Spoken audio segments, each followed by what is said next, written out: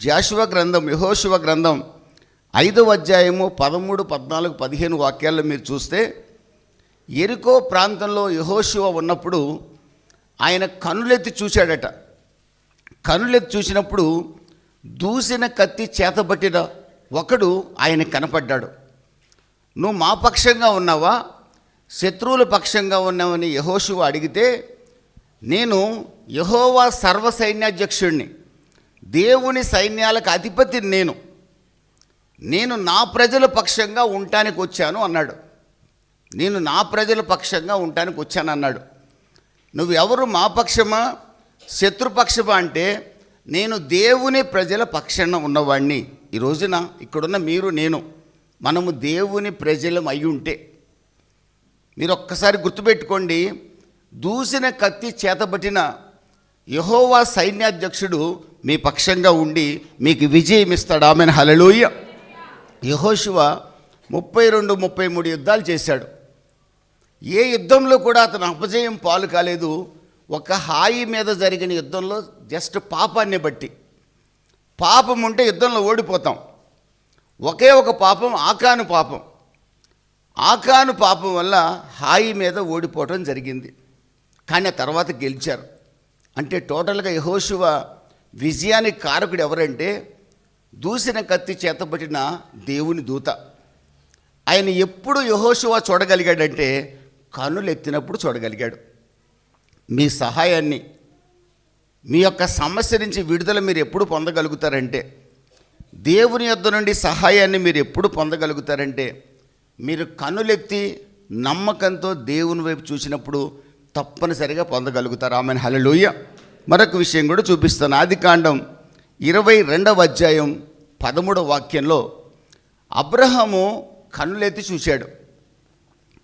పొదల్లో ఒక గొర్రె పిల్ల కనపడింది.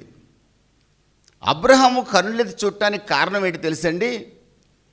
దేవుడు నేను చూసుకుంటానని చెప్పాడు. నీ ఒక్క కుమారుని నాకు బలిగా అర్పించమన్నాడు. మోరియా పర్వతం మీద కుమారుని తీసుకొని వెళ్ళాడు. ఆ ప్రాంతానికి వెళ్ళాడు. కట్టెలున్నాయి, కొడుకు ఉన్నాడు. పనివాడిని కూడా ఆపేశాడు. కొడుకు అడుగుతున్నాడు. కొడుకు ఎంత వయసు తెలుసా? అబ్రహామును కొట్టగలిగినంత వయసు. నాన్న, కట్టెలున్నాయి, నేనున్నా, నువ్వున్నా, బలిద్రవ్యం ఏది? బలిపశువు ఏది? గొర్రెపిల్ల ఏది? సాక్రిఫైస్ చేయాల్సింది ఏది? మన దగ్గర ఏమి లేదే అని అడిగాడు. యెహోవా చూసుకుంటాడు, దేవుడే మన పక్షంగా ఉండి చూసుకుంటాడు నాన్న, నువ్వు కంగారు పడకని చెప్పాడు. తీసుకెళ్ళి కట్టెల మీద కొడుకునే పేర్చాడు, పడుకోబెట్టాడు. కొడుకు అర్థమైంది తాను బలిగా పోతున్నానన్న సంగతి. కానీ కొడుకు ఏమాత్రం అబ్రహాముకి, తండ్రికి వ్యతిరేకంగా తిరుగుబాటు చేయకుండా, అబ్రహాము కత్తి ఎత్తుంటే దేవాది దేవుడు, అబ్రహామా నీవు దేవునికి భయపడేవాడు అని నాకు అర్థమైంది, కత్తి కిందకి దించమన్నప్పుడు కత్తి కిందకి దించాడు. మరి బలి ఇవ్వకుండా ఆ పర్వతం మీద నుంచి ఎలాగ వెనక్కి తిరగాలి?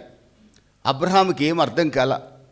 ఆ సమయంలో బలి కావలసిన గొర్రె పిల్లని చూపించగలిగిన వాడు దేవుడే అని నమ్మి కళ్ళెత్తి చూడగా పొదలలో గొర్రె పిల్ల కనబడగా దానిని బలిగా అర్పించినట్లుగా చూడగలం. దేవునికి స్తోత్రం కలుగునుగా. హల్లెలూయా. మీరు విశ్వాసంతో కన్నులెత్తి చూడగలిగితే తప్పనిసరిగా యెహోవా మీ పక్షంగా కార్యం చేయడానికి ఈరోజు కూడా సిద్ధంగా ఉన్నాడు. గట్టిగా చప్పట్లు కొట్టి ప్రభువు నామాన్ని కనపరుచుకుందాం. ఆమెన్, హల్లెలూయా. విశ్వాసంతో కన్నులెత్తి చూడగలిగితే, కొండల వైపు నా కన్నులెత్తుచున్నాను, నాకు సహాయం ఎక్కడి నుంచి వస్తుంది? కొండల దగ్గర నుంచి నాకు సహాయం రాదు, యెహోవా యొద్ద నుండి మాత్రమే సహాయం వస్తుంది. Trust God, lift up your eyes. దేవుడు తప్పనిసరిగా మీకు సహాయం చేయడానికి, మిమ్మల్ని ఆశీర్వదించడానికి ఆయన సిద్ధంగా ఉన్నాడు. దేవునికి మహిమ కలుగును గాక. ప్రియమైన దేవుని బిడ్డలారా, 3 జీవితాలను మీకు చూపిస్తాను. టోటల్గా 6 జీవితాలు చూపిస్తాను. 3 పాత నిబంధన వాళ్ళు. నయమి యొక్క జీవితాన్ని చూస్తే, రూతు గ్రంథం 1వ అధ్యాయం 21వ వాక్యంలో ఆమె అంటుంది, నన్ను నయోమి అని పిలవద్దు, మధురము అని పిలవద్దు, చేదు అని పిలవండి, మారా అని పిలవండి. నా జీవితాన్ని సర్వశక్తుడే నిర్లక్ష్యం చేశాడు. సర్వశక్తుడిని అడిగి ఆమె బెత్లెహేము నుంచి వెళ్ళలా. సర్వశక్తుడిని ప్రార్థించి కార్యం ప్రారంభించలా. సర్వశక్తుడిని అడిగి ఆమె ముందుకు నడవలా. సొంతగా తన ప్రయత్నం తాను చేసింది. రొట్టెల ఇంట్లో రొట్టెలు లేవని గ్రహించి మోయాబు ప్రాంతానికి వెళ్ళిందండి. తనంతట తానే అడుగులు వేసింది, ఆ ప్రాంతానికి వెళ్ళింది. ఇందులో సర్వశక్తుడి యొక్క ఇంటర్ఫీరెన్స్ ఏమాత్రం కూడా లేదు. కానీ ఆమె ఏమంటుంది తెలుసా? సర్వశక్తుడే నన్ను నిర్లక్ష్యం చేశాడు, అలక్ష్యం చేశాడు. అందుకే నా ఇంట్లో 3 మగవాళ్ళు చనిపోయారు, 3 విధవరాలమైపోయాం. ఒక కోడలేమో తన ప్రాంతానికి వెళ్ళిపోయింది, ఒక కోడలేమో నీవు ఉన్న చోటే నేనుంటాను, నీవు చచ్చిన చోటనే నేను చస్తానని నన్ను వెంబడించింది. ఆ కోడల్ని తీసుకొని నేను వచ్చా. మీరు నన్ను మధురమని ఎందుకు పిలుస్తారు? నన్ను మారా అని పిలవండి. సర్వశక్తుడే నాకు విరోధంగా ఉన్నప్పుడు నన్ను మధురమన్నా ఆరోగ్యమన్నా పెద్ద ప్రయోజనం లేదు అంటుంది ఆ మనిషి. ప్రియమైన దేవుని బిడ్డలారా, ఈ చోట దేవుడి యొక్క తప్పిదం ఏమాత్రం కూడా లేదు. కానీ నయోమిలో ఉన్న ఒక గొప్ప సుగుణాన్ని మీకు చెప్తాను. ఏ రొట్టెల ఇంటినైతే విడిచి వచ్చిందో మరల తిరిగి అదే రొట్టెల ఇంటికి తిరిగి వచ్చింది. చప్పట్లు కొట్టి ప్రభువు నామాన్ని కనపరుచుకుందాం. ఆమెన్, హల్లెలూయా. నయోమి యెహోవా రెక్కల నీడలో క్షేమముందని గమనించి, మహోన్నతుని చాటున సర్వశక్తుని నీడలో విశ్రాంతి ఉందని గమనించి, విశ్రాంతి నుంచి విశ్రాంతి లేని ప్రాంతానికి వెళ్ళింది.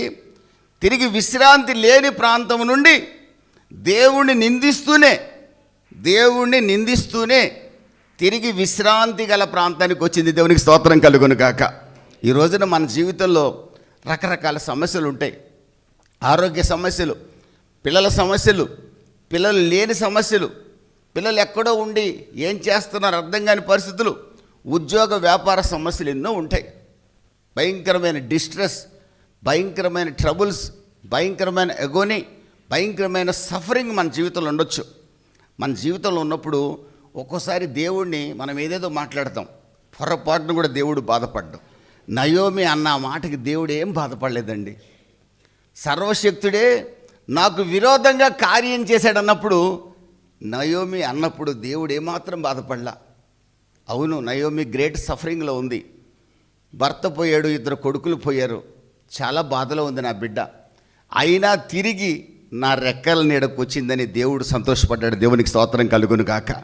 ఈ రోజున మీ మనసుల్లో ఈ ఆలోచన ఉన్నా మరొక్కసారి ప్రభు మిమ్మల్ని ఆహ్వానిస్తున్నాడు. సర్వశక్తుడైన నా రెక్కల నీడకు రండి.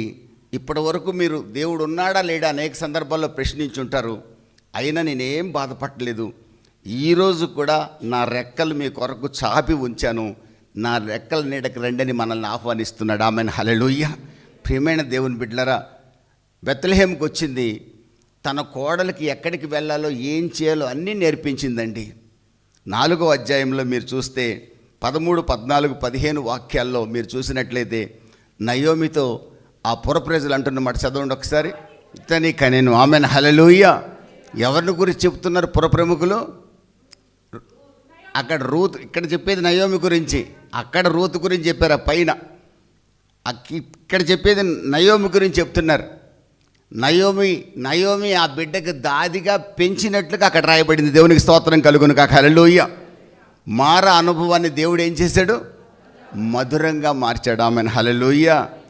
దేవుడు నన్ను నిర్లక్ష్యం చేశాడు అనుకుందండి, కానీ ఇశ్రాయేలు దేవుని వైపే కన్నులెత్తి చూసింది.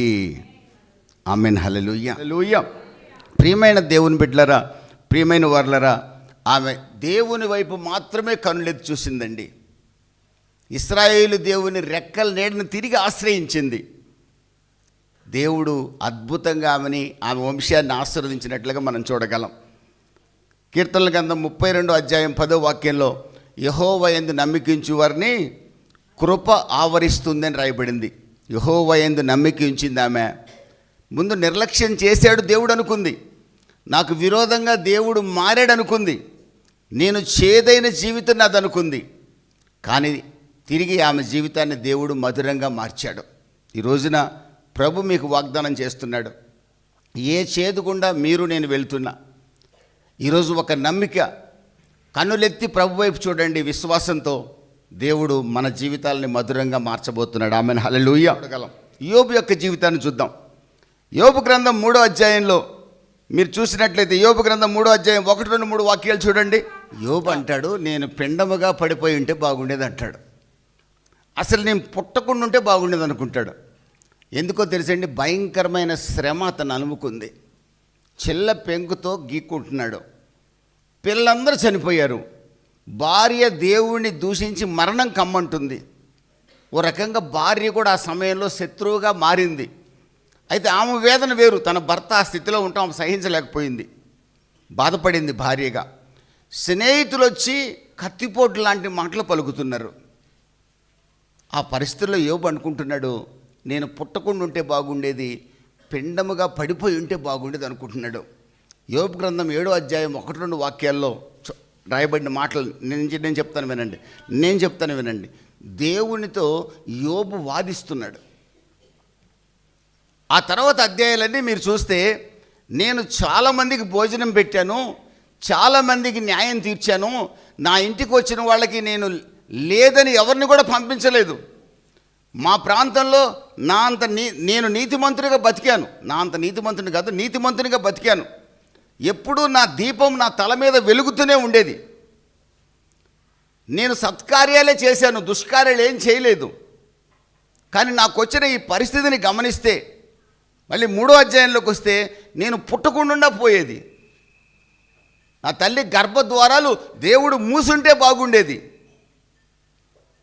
మరణము ఆ రోజునే నా జీవితంలో కలిగి ఉంటే బాగుండేది. అసలు నేను పిండముగా రూపించబడకుండుంటే బాగుండేది. ఇది భయంకరమైన వేదన. యోబు మీద దేవుడు ఏమాత్రం కోప్పడలేదండి. తన వేదన దేవుడికి చెప్పుకుంటున్నాడు. మన వేదన దేవుడికి తప్ప ఎవరికి చెప్పుకుంటా చెప్పండి? మీరు నాకు చెప్పారనుకోండి, నేను ఇంకెవరికైనా చెప్పే అవకాశం ఉంది. ఎవరికి చెప్పొద్దండి. ఈ 3 రోజులు మోకరించండి. మీ బాధ అంతా బిట్ టు బిట్ దేవుడికి చెప్పండి. చప్పట్లు కొట్టి ప్రభు నామాన్ని కనపరుచుకుందాం. ప్రతి పదాన్ని దేవుడికి చెప్పండి. నా బాధ ఇది, నా వేదన ఇది, నా మనసులో కలుగుతున్న ఆలోచనలు ఇవి, నా పిల్లల జీవితంలో ఉన్న వేదన ఇది, నా పిల్లల్ని బట్టి నాకున్న బాధ ఇది ప్రభువా, నా మనవరాలను బట్టి నాకున్న బాధ ఇది, నా ఆర్థిక పరిస్థితుల్లో నాకున్న ఆలోచన ఇది, నా శరీర అనారోగ్యాన్ని బట్టి ఈ విషయంలో నేను కుంగిపోతున్నాను. ప్రతి విషయాన్ని ప్రభువుకి చెప్పగలిగితే, ప్రభు ఎప్పుడు కూడా ఏం కోరుకుంటాడో తెలుసండి, మన ప్రతి విషయం ఆయనకి తెలుసు, కానీ మనం చెప్పాలని ఆశపడతాడు. మనకు ఆలోచన పుట్టకముందే ఆయనకి తెలుసు. అయినా మరి అడుగుడి మీకు ఇవ్వబడిన ఎందుకన్నాడు?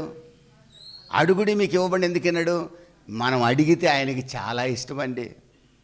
హన్నా అడిగిందండి. హన్నా అడిగింది, డైరెక్ట్గా అడిగింది, క్లియర్గా అడిగింది, క్లారిటీగా అడిగింది. ఒక్క మగబిడ్డను నాకు ఇస్తే వాడిని నీకు ఇస్తా, తర్వాత నువ్వు ఇస్తావో ఇవ్వవో నాకు అనవసరం. దేవుడు అన్యాయస్తుడు కాడు. ఆ ఒక్క బిడ్డను దేవుడికి ఇచ్చింది. దేవుడు మరింతమంది బిడ్డలను ఆమెకి ఇచ్చాడు. చప్పట్లు కొట్టి ప్రభు నామాన్ని కనపరుచుకుందాం. యోబు తన బాధల్లో భయంకరంగా ఎలుగెత్తి ఏడ్చాడు. దేవుడికి అన్నీ చెప్పుకున్నాడు. దేవుడు కోప్పడి చక్రం తిప్పి యోబు తల కట్ చేయలే. కానీ యోబులో ఉన్న ఒక గొప్ప కాన్ఫిడెన్స్ మీరు చూడాలి. యోబు గ్రంథం 19వ అధ్యాయం 25వ వాక్యంలో, నా విమోచకుడు సజీవుడు, నా విమోచకుడు సజీవుడు, నా విమోచకుడు సజీవుడు, సజీవుడు, నేను ఆరాధించే దేవుడు సజీవుడు. ఎవరంటున్నారు ఈ మాట? ఎవరంటున్నారు ఈ మాట? మంచంలో పడ్డ యోబు అంటున్నాడు. చిల్ల పెంకుతో గీరుకుంటూ స్నేహితుల చేత మాటల చేత హింసించబడుతున్న యోబు, భార్య చేత అవమానపరచబడుతున్న యోబు. ఎక్కడి నుంచి వచ్చింది ఈ ట్రస్ట్, ఈ కాన్ఫిడెన్స్? దేవుడికి ఇది కావాలండి. దేవుడికి ఇది కావాలి. కృంగిన వేళలో నిన్ను లేవనెత్తే చిరునామా ఆయన. దేవునికి స్తోత్రం కలుగును కాక. కృంగిన వేళలో లేవనెత్తే చిరునామా నా దేవుడు. పడిన వేళలో ఉద్ధరించే దేవుడు ఆయన. ఆమెన్, హల్లెలూయా. నీకు సహాయం చేయడానికి ఎప్పుడు సిద్ధంగా ఉంటాడో, కాకపోతే మన హృదయాన్ని ఎప్పుడు ఆయన గమనిస్తాడు. వీడు పెళ్ళి కూడు పెడితేనే సంతోషపడతాడా, పెళ్ళికి కూడు పెట్టకపోయినా సంతోషపడతాడా? అది చూస్తాడండి.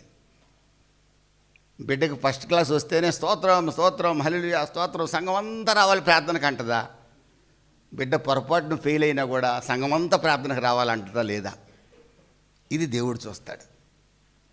మగబిడ్డ పుడితే ఊరంతా పండగ, అందుకే ఆడపిల్ల పుట్టిస్తాడు ఫస్ట్. ఊరంతా పండగ చేస్తా లేదా చూస్తాడు. నజరేయుడైన యేసుక్రీస్తు నరాలని పరిశీలించగలిగిన దేవుడు ఆయన. ఆమెన్, హల్లెలూయా. అంతరింద్రియములను పరిశీలించగలిగిన దేవుడు మన దేవుడు. ఆమెన్, హల్లెలూయా. యోబు 23:10 అంటాడు, నేను శోధింపబడిన మీదట సువర్ణముగా మారుతానంటున్నాడు. శోధింపబడుతున్నానని తెలుసు, సువర్ణంగా మారుతానని కూడా తెలుసు. నా విమోచకుడు సజీవుడు, నా విమోచకుడు ఒక రోజున ఈ శరీరంతో నేను చూస్తానంటున్నాడు. ఎంత కాన్ఫిడెన్స్ అండి! భయంకరమైన వేదనలో కూడా దేవుని మీద ఉన్న పరిపూర్ణమైన నమ్మకం. యోబు గ్రంథం 42వ అధ్యాయం 10వ వాక్యంలో చివరి 12-13 వాక్యాల్లో చూస్తే రెట్టింపు ఆశీర్వాదకరి యోగ్యునిగా చేసింది. దేవునికి స్తోత్రం కలుగును కాక. ఆమెన్, హల్లెలూయా. చివరి అధ్యాయంలో రెట్టింపు ఆశీర్వాదానికి యోగ్యునిగా చేసింది. ప్రియమైన దేవుని బిడ్డలారా, దేవుని యందు పరిపూర్ణమైన నమ్మక శ్రమల్లో కూడా కాన్ఫిడెన్స్ని విడిచిపెట్టొద్దండి. నమ్మకం ఉంచండి. యోహాను సువార్త 16:33, మీ హృదయాలు కలవరపడనీయకండి, నేను లోకాన్ని జయించి ఉన్నాను, మిమ్మల్ని కూడా జయింప చేస్తాను. ప్రభువే మనకు వాగ్దానం చేస్తున్నాడు. మీరు కలవరపడవద్దు, కుగిపోవద్దు, కన్నులు పైకెత్తి చూడండి, గెలిచిన నన్ను చూడండి. నేను సిలువలో లేను, మరణాన్ని జయించి తిరిగి లేచి మహామోహుని కుడిపార్శ్వమున కూర్చున్నాను. నా వైపు చూడండి, లిఫ్ట్ అప్ యువర్ ఐస్, మీ కన్నులు పైకెత్తి చూడండి. మీ కలవరాన్ని తొలగిస్తాను, మీ సమస్య నుంచి విడిపిస్తాను, మీకు ఆరోగ్యం ఇస్తాను, ఫలింపు లేని మీ జీవితంలో ఫలాన్ని దయచేస్తాను. ఆమెన్, హల్లెలూయా. దేవునికి స్తోత్రం కలుగును గాక. రెట్టింపు ఆశీర్వాదం 42:12లో యోబుకున్న ఆ కాన్ఫిడెన్స్, దావీదుకున్న ఆ ట్రస్ట్. ప్రియమైన దేవుని బిడ్డలారా, నయోమికి దేవుని మీద ఉన్న నమ్మకం. వేదనకరమైన పరిస్థితులు గుండా ఈ ముగ్గురు వెళ్ళారు. యాకోబు జీవితంలో చూస్తే భయంకరమైన పరిస్థితి. అన్న ఒక పక్క చంపుతాడు అని భయం, తన పిల్లలు భార్యలు ఎక్కడ చచ్చిపోతారని భయం. ఆ భయం మధ్యలో కన్నులెత్తి చూసాడండి. దేవునికి స్తోత్రం కలుగును కాక. యాకోబు మోసగాడు కన్నులెత్తి చూడగా ఇశ్రాయేలుగా దేవుడు మార్చాడు. నేనెందుకు మార్చాడండి? మోసగాడు కన్నులెత్తి చూస్తే దేవుడు వైపు మోసగాడిని ఇశ్రాయేలుగా మార్చాడు, జయించిన వాడిగా మార్చాడు, రాజకుమారుడిగా మార్చాడు, గెలిచిన వాడిగా మార్చాడు. మరి ఇంతకాలం ఆయన నమ్ముకున్నాం, బైబిల్ పట్టుకొని మందిరానికి వస్తున్నాం, మనకు సహాయం చేయకుండా ఉంటాడా? కనులెత్తి ప్రభు వైపు చూడండి. ఆయన మీకు సహాయం చేయటమే కాదు, మిమ్మల్ని హెచ్చిస్తాడు, మిమ్మల్ని ధన్యులుగా చేయబోతున్నాడు. మరియ జీవితాన్ని చూస్తే చివరిగా లూకాసు వార్త 1వ అధ్యాయం 28-39 వాక్యాల్లో, దయాప్రాప్తురాలా నీకు శుభమని దేవదూత వచ్చి చెప్పి, నువ్వు గర్భం ధరించబోతున్నావు, నీ కొడుకు పుట్టబోతున్నాడంటే ఏ కన్యకైనా ఏమంటది చెప్పండి? నన్ను ప్రదానం చేసుకున్న వాడికి నేనేం చెప్పాలి? నా తల్లిదండ్రులు నేనేం చెప్పాలి? నా భవిష్యత్తు అంధకారమే కదా. ద్వితీయోపదేశకాండం 22వ అధ్యాయం ప్రకారం మరణ భయం ఆమెను పట్టుకుందండి. కన్యాత్వం కనపడకపోతే ఏ స్త్రీని ఎందైనా రాళ్లతో కొట్టి చంపుతారు. మొదటి రాత్రి భర్తకి అనుమానం వస్తే, కన్యాత్వము తను చేసుకున్న భార్య యందు లేదని గుర్తిస్తే రాళ్లతో కొట్టి చంపుతారు. ధర్మశాస్త్రం ప్రకారం మరణపు ఖడ్గం ఆమె కళ్ళ ముందు కనబడుతుంది. ఒక పక్క దేవదూత దయాప్రాప్తురాలా నీకు బిడ్డ పుట్టబోతున్నాడు అంటున్నాడు. ఒక పక్క చేసుకోబోయే యోసేపు కనపడుతున్నాడు, అందగాడు, నీతిమంతుడు. ఒక పక్క తల్లిదండ్రులు, ఒక పక్క రాళ్లతో కొట్టబోయే సమాజం. వీటన్నిటి మధ్యలో ఆ చిన్న బిడ్డ 15-16 సంవత్సరాల బిడ్డ బహు వేదన అనుభవించింది ఆ కొన్ని క్షణాలు. ఫైనల్గా ఏం చేసింది తెలుసా? 38-39 వాక్యాల్లో, దేవుని యొక్క చిత్తమే నా జీవితంలో నెరవేరునుగా. చప్పట్లు కొట్టి ప్రభు నామాన్ని కనపరుచుకుందాం. దేవుని సంకల్పానికి తన జీవితాన్ని అప్పగించుకుందండి. రాళ్ల కుప్పలు కానివ్వండి, రాళ్లతో కొట్టే మనుషులు రానివ్వండి, తన భర్తే తనని విడిచిపెట్టిన, తల్లిదండ్రులే తనను ద్వేషించిన, నా దేవుని చిత్తమే నా జీవితంలో జరగాలని దేవుని చిత్తానికి అప్పగించుకుంది. 1వ అధ్యాయం 48వ వాక్యం లూకాసు వార్తలో ఆమె ధన్యురాలయ్యింది. 58, 59 వాక్యాల్లో ఎవరైతే ఆమెను దూషించి రాళ్లతో కొడతారనుకుందో వాళ్ళు అంటున్నారు, ఏమంటున్నారు అక్కడ 58, 59 లూకాసు వార్త.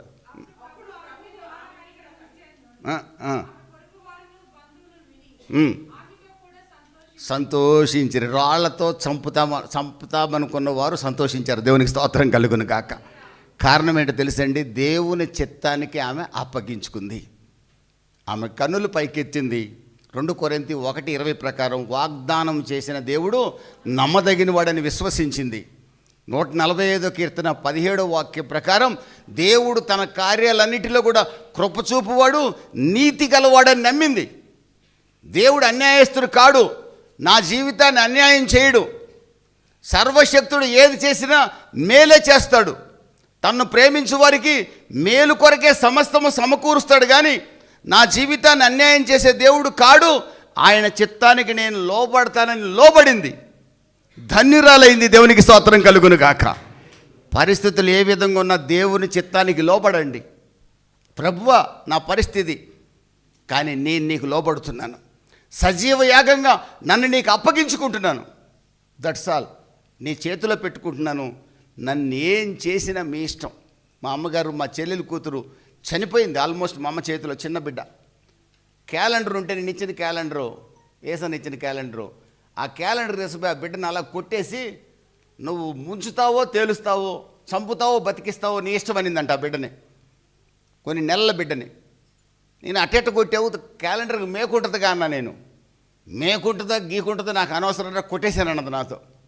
కొట్టిన అంటే నా బిడ్డ క్యారమని ఏడ్చి బతికిందంట. చప్పట్లు కొట్టి ప్రభువు నామాన్ని కనపరుచుకుందాం. ప్రియమైన దేవుని బిడ్డలారా, ఈ కాన్ఫిడెన్స్ దేవుడు మన దగ్గర కోరుకుంటున్నాడు. మరియ జీవితం ధన్యమైందండి.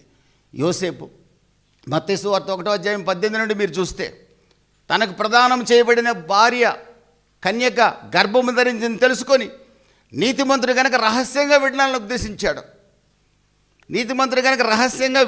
ఉద్దేశించాడు. విడనాడదాం అనుకున్న సమయంలో స్వప్నమందు దేవదూత ప్రత్యక్షమై, నీ భార్య నీకు ప్రదానం చేయబడిన కన్యక గర్భం పరిశుద్ధాత్మ వల్ల కలిగింది. ఆమె జీవితం అపవిత్రం కాలేదు. యోసేపు, ఆమె బిడ్డ పుట్టబోతున్నాడు, చేర్చుకో, ఆ బిడ్డను పోషించు, పెంచు, అతడు మానవుని పాపం నుంచి విడిపించగలిగిన లోకరక్షకుడు. దేవునికి స్తోత్రం కలుగును గాక. యోసేపు ఒక్కసారి ఆలోచించాడండి, కన్నులు పైకెత్తాడు. యోసేపుకి అర్థమైంది తెలుసా? ఇర్మియా గ్రంథం 29వ అధ్యాయం 11వ వాక్యం. దేవుడు తన పట్ల ఒక ప్రణాళిక కలిగి ఉన్నాడు. మీ పట్ల నాకు ఒక ఉద్దేశం ఉంది, అది మేలు చేసేదే కానీ కీడు చేసే ఉద్దేశం కాదు. యోసేపు తన పట్ల, తన భార్య పట్ల, ఆమె గర్భంలో ఉన్న బిడ్డ పట్ల దేవుడు ఒక ప్రణాళిక కలిగి ఉన్నాడని విశ్వసించాడు. దేవుని ప్రణాళికకు తనకు అప్పగించుకున్నాడు. తనకు అవమానం కలుగుతుంది, నింద కలుగుతుంది, పెళ్లి కాకుండానే నీ భార్య గర్భం ధరించిందట కదా అని స్నేహితులు అంటుంటే నేను తలదించుకోవాల్సి వస్తుంది అనుకున్న యోసేపు ఎప్పుడైతే దేవుని వాగ్దానాన్ని విశ్వసించాడో, ఎస్, దేవునికి మా మీద ఒక ప్రణాళిక ఉంది కాబట్టి దేవదూత స్వప్నంలో ఇలా చెప్పారని నమ్మాడు. మరియని చేర్చుకున్నాడు. ఎంత సెల్ఫ్ కంట్రోల్ మ్యాన్ అంటే, ఆమె కుమారుని కను వరకు ఆమెను ఎరుగకుండెను. కుమారుని కనే వరకు ఆమెతో ఎలాంటి ఇంటిమేట్ రిలేషన్షిప్ లేదండి అతనికి.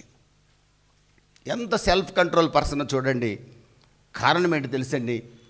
దేవుడు వాగ్దానాన్ని వాగ్దానం నెరవేర్చే దేవుడని నమ్మాడు. దేవునికి స్తోత్రం కలుగును గాక. దేవునికి తన పక్షంగా ఒక ప్రణాళిక ఉందని విశ్వసించాడు. అందుకే భయం తొలగింది.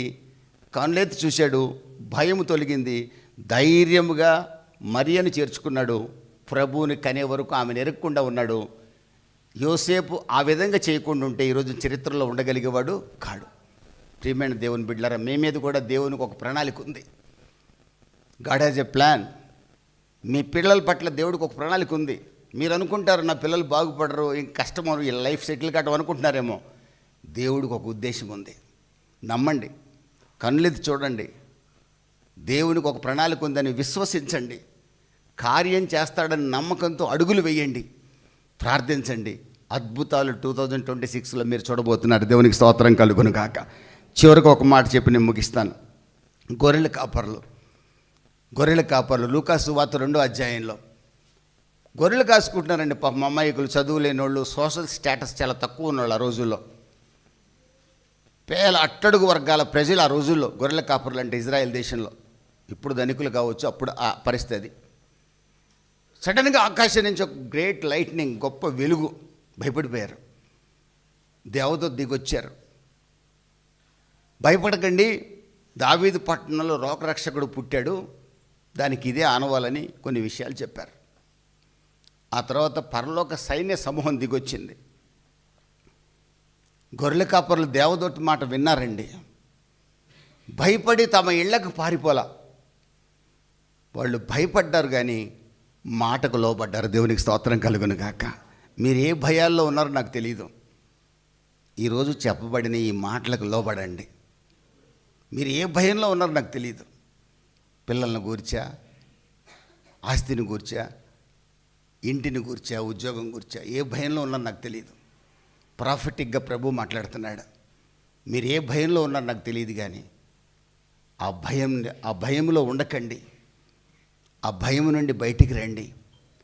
దేవుని మాటకు లోబడండి. దేవునికి స్తోత్రం కలుగును గాక. గొర్రెల కాపరులు దేవదూత మాటకు లోబడ్డారు. దేవుని సన్నిధిని వెతుకుతూ బయలుదేరారండి. ఒక్కసారి గట్టిగా చప్పట్లు కొట్టి ప్రభు నామాన్ని కనపరుచుకుందాం. ఆమెన్, హల్లెలూయా. కీర్తనల గ్రంథం 16వ అధ్యాయం 11వ వాక్యంలో ఉంది, నీ సన్నిధిని సంపూర్ణ సంతోషము కలదు, నీ కుడి చేతిలో నిత్య సుఖములు కలవు. ఈ సంగతి గొర్రెల కాపర్లకు ఏం తెలుసండి? మీకంటే బాగా తెలుసు, చదువుకున్న వాళ్ళు కాబట్టి. మేము పల్లెటూరులో పెరిగిన వాళ్ళం, మాకు పెద్దగా ఏం తెలియదు. మీరు హైదరాబాద్ వాస్తవ్యులు. ఈ సంగతి మీకు తెలియాలి, కానీ గొర్రెల కాపర్లకు తెలిసింది. దేవుని సన్నిధిలో సంపూర్ణ సంతోషం, సుఖము కలదని. దేవదూత మాటకి ఎందుకు లోపడ్డారు తెలుసండి? దేవుని సన్నిధిలో ఉండే ఆశీర్వాదాలు ఎరిగిన వారు గొర్రెల కాపరులు, పామరులైనా కూడా. సంగమా, దేవుని సన్నిధిలో ఉన్న ఆశీర్వాదం మీకు నాకు ఈరోజు కన్నా తెలుసా? తెలుసుంటే ఎన్ని ఆదివారాలు మిస్ చేస్తాం? తెలుసుంటే క్రిస్మస్ రోజు మాత్రమే ఎందుకు వస్తాం? తెలుసుంటే న్యూ ఇయర్ రోజు మాత్రమే ఎందుకు వస్తాం? తెలుసుంటే దేవుని సన్నిధికి ఎందుకు ఆలస్యం చేస్తాం? తెలుసుంటే దేవుని వాక్యాన్ని ఎందుకు నిర్లక్ష్యం చేస్తాం?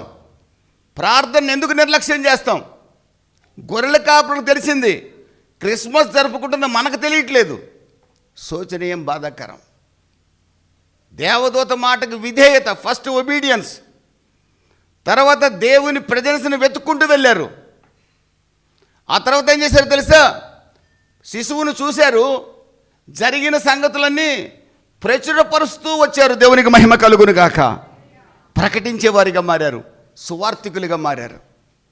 ఒబీడియన్స్, దేవుని ప్రజెన్స్ని వెతుక్కుంటూ వెళ్ళారు, సువార్థికులుగా మారారు. ఎంత గొప్ప 3 కార్యాలు వీళ్ళ జీవితంలో చూడవచ్చు. వీళ్ళ జీవితమే ప్రసంగం. దేవుని మాటకు లోబడ్డారు, దేవుని సన్నిధిని వెతికి కనుగొన్నారు, దేవుణ్ణి గూర్చి ప్రకటిస్తూ తమ గృహాలకి ఎలా వెళ్ళారు? మాడుముఖంతో వెళ్ళారా?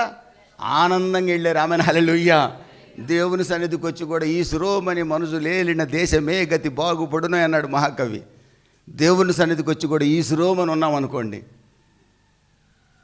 కుటుంబాలు ఎలా బాగుపడతాయండి?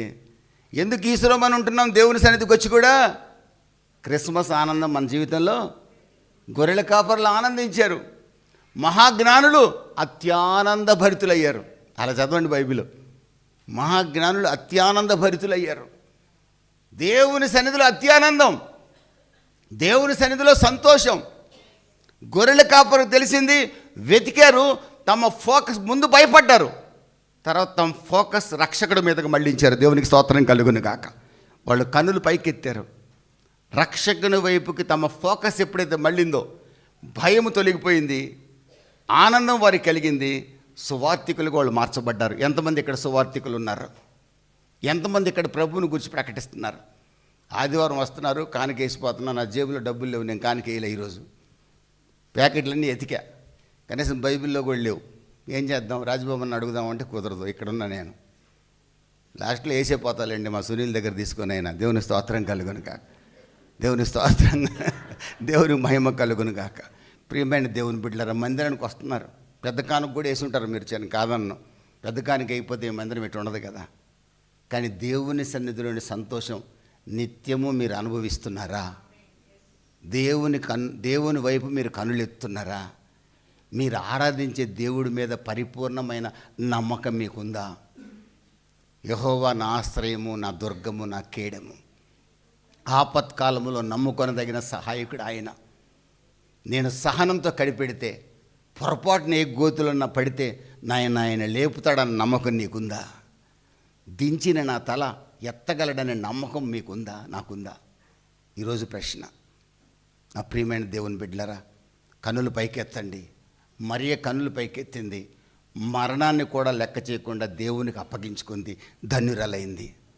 యోసేపు కంగారు పడ్డాడు, దేవుని వైపు కన్నులెత్తాడు, అవమానాన్ని లెక్క చేయలేదు, దేవుడి మాటకు లోబడి ధన్యుడయ్యాడు. దేవునికి స్తోత్రం కలుగును గాక. గొర్రెల కాపరులు భయపడ్డారు, దేవుని మాటకు లోబడ్డారు, దేవుని దూత మాటకు లోబడ్డారు. రక్షకుడిని చూసి సంతోషంగా సువార్థికులుగా మారారు. దేవునికి స్తోత్రం కలుగును గాక.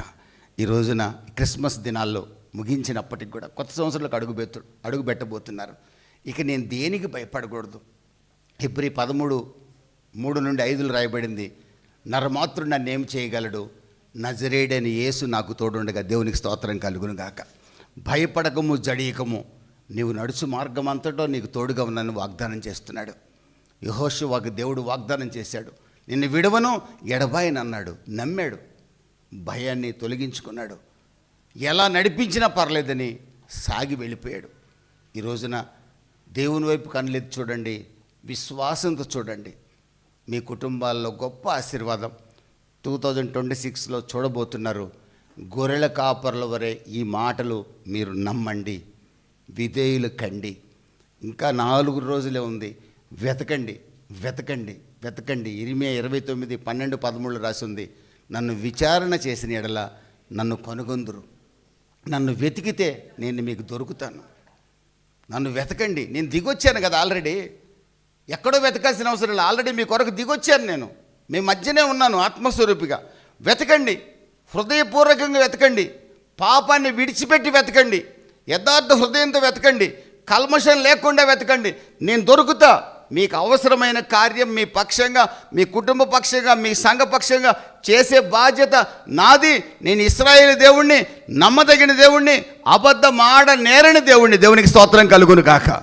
తలలు వంచుదామా, చిన్న తీర్మానం చేద్దామా. ప్రభువా, నీ వైపు కన్నులెత్తుతున్నాం. దావీదు కన్నులెత్తాడు, యెహోషువ కన్నులెత్తాడు, అబ్రహాము కన్నులెత్తాడు తండ్రి. నయోమి నీ మీద కాన్ఫిడెన్స్ చూపించింది తండ్రి. దావీదు శ్రమల్లో కూడా తండ్రి నీ యందు నమ్మిక ఉంచాడు నాయన. యోబు భయంకరమైన శ్రమల్లో కూడా నీ యందు నమ్మిక ఉంచాడు తండ్రి.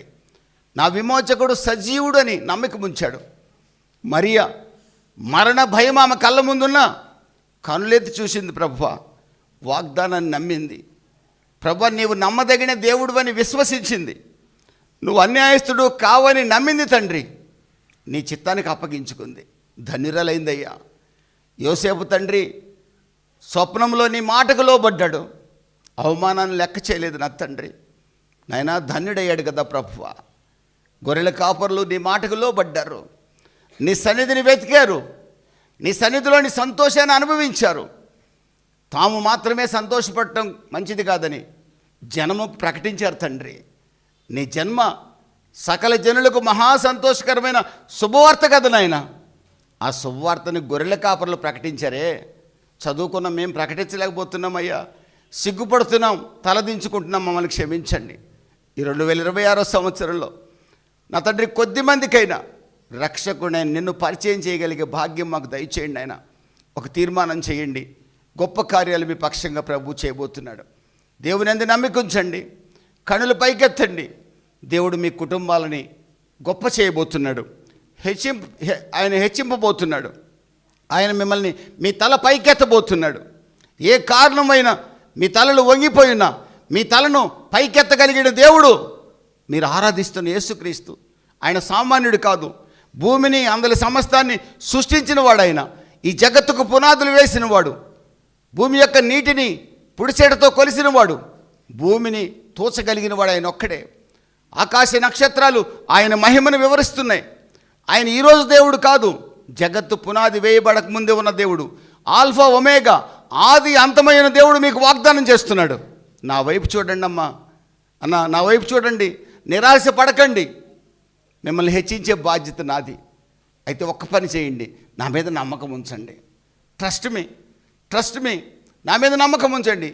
ఏది ఏమైనా నా దేవుడి చిత్తమే నా జీవితంలో జరుగును గాక అనే తీర్మానం చేయండి అని అడుగుతున్నాడు. చేయగలుగుతావా? గొప్ప సహాయం నేను పొందబోతున్నాం. ప్రార్థన చేద్దాం. మహాపరిశుద్ధుడా నీకు స్తోత్రం.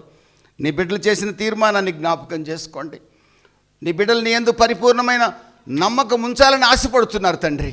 నమ్మకం ఉంచామని నా తండ్రి నాయనా నీ బిడ్డలు సెలవిస్తున్నారు తండ్రి. మీకు స్తోత్రాలు. నీ వైపు కన్నులెత్తి చూస్తున్నారు.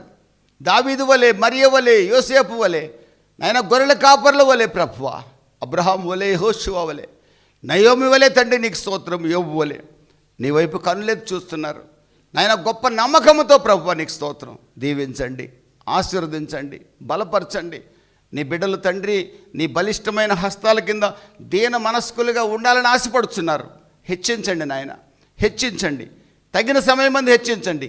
వారి ప్రతి అవసరత తీర్చి మీ నామానికి మహిమ తెచ్చుకోమని, ముఖ్యంగా సంఘాన్ని, దైవ సేవకుల కుటుంబాన్ని, రాజబాబానని నాయన మిగిలిన సంఘ బిడ్డలందరినీ, డానీని, ప్రతి ఒక్కరిని కూడా నీ చేతులకు అప్పగిస్తున్నాను. నా తండ్రి సంఘ పెద్దలందరినీ మీ చేతులకు అప్పగించుకుంటున్నాను. నన్ను, నా తల్లిగారిని, నా పిల్లల్ని, వాళ్ళ పిల్లల్ని మీ చేతులకు అప్పగిస్తున్నాను. నాకు సహకరిస్తున్న సూర్యుల్ని మీ చేతులకు అప్పగిస్తున్నాను. కుటుంబాన్ని దీవించండి, కృపలో బలపరిచి ఈ సంఘాన్ని దైవ సేవకుడిగా నేనెంతో ప్రేమిస్తున్నాను, ప్రియమైన సంఘంగా భావిస్తున్నాను. వీరు నా కొరకు ప్రార్థిస్తున్నారు నాయన. వీరి యొక్క సహాయాన్ని కానీ వీరి యొక్క ప్రేమను కానీ నేను మరవలేను తండ్రి. నీకు స్తోత్రం. అందుకే నాయన దీవెనకరమైన సందేశం, ప్రాఫిటిక్ మెసేజ్ని ఈరోజు నిండు హృదయంతో నన్ను నిలబెట్టి మీరు మాట్లాడారు. ఈ సందేశాన్ని స్వీకరించి నీ మీద నమ్మకం ఉంచి గొప్ప ఆశీర్వాదాలు ఈ సంఘం అనుభవించే భాగ్యం దయచేయమని, ఘనత, మహిమ, ప్రభావాలు మీరు పొందమని నజరేయుడైన యేసు నామంలో అడిగి వేడుకొనుచున్నాను తండ్రి. Amen, amen. Thank you. God bless.